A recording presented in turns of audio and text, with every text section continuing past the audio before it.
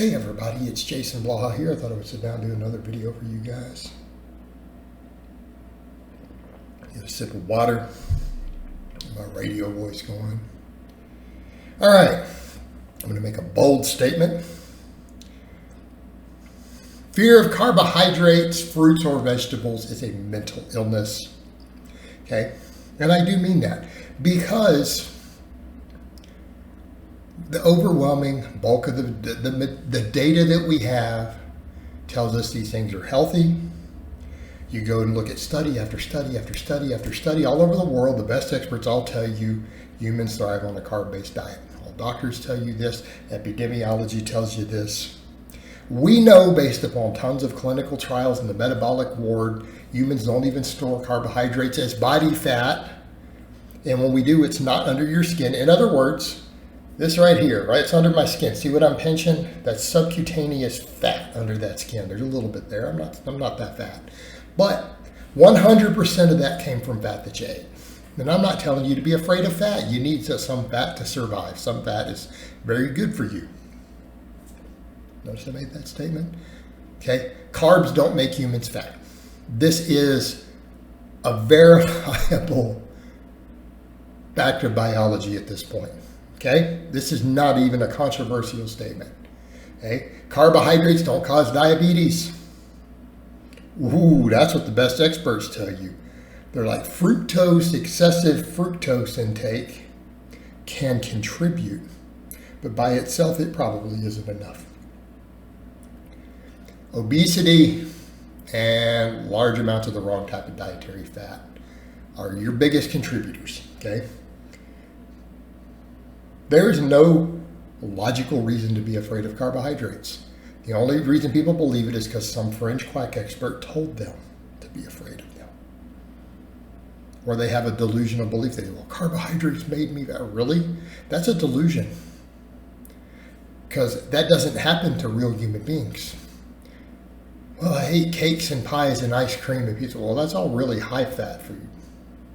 Those are extremely high-fat foods. All of them are high in saturated fat, something we should be worried about in excess. Notice I didn't say you need to be afraid of it in small amounts. There's no reason for that either. Okay? So if you are literally afraid of carbs, you're carb phobic, you have a mental illness. It's a delusion. That's the milder of these. What about people who are afraid of fruits and vegetables? Fruit, seriously? Anyone actually afraid of fruit? Anyone out there actually believe that there is medical or scientific data that would support the idea that fruit can make a human fat, that fruit contributes to diabetes, type 2 diabetes, that it contributes to cardiovascular disease? Really? Because the evidence isn't there. The evidence usually suggests the opposite. Now, does a type 2 diabetic who's now medicated because they've created it need to be careful with their total fruit intake? Yes. But if you're not diabetic, it doesn't contribute at all to insulin resistance. Not my opinion. That is the opinion of the best experts in the world. Okay. See where I'm going with this? This is general medical consensus based upon data from dozens of countries. So this is the case. Doctors who work with diabetics, doctors who cure diabetes, who treat it, I think this is the case. So therefore, the only possible reason to be afraid of it is because then you believe all doctors are evil and they want to hurt you. That the entire medical community then wants to harm you. Okay, that's a mental illness. And I'm not saying doctors are always right. Malpractice is a real thing. Doctors do make mistakes. But this is pretty solid data. Again, without evidence to the contrary. It's one thing to say, well, there's a point of debate. You know, these are points of debate within the medical community or experts, and, you know, but it's not. Pretty well established.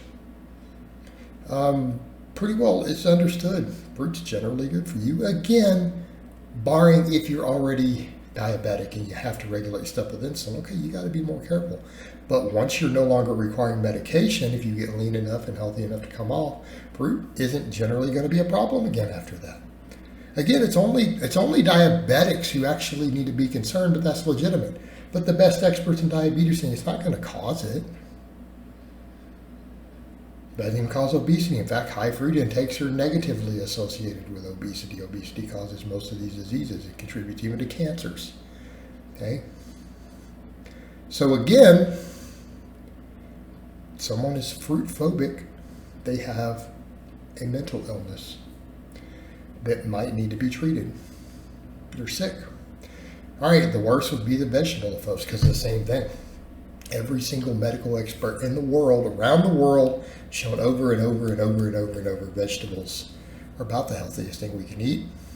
They're inversely correlated with almost every disease. Now, do certain people can't handle always the fiber and roughage due to gastrointestinal issues that they have created through bad lifestyle? Yes. Are those often reversible so that they can eventually eat them? Yes.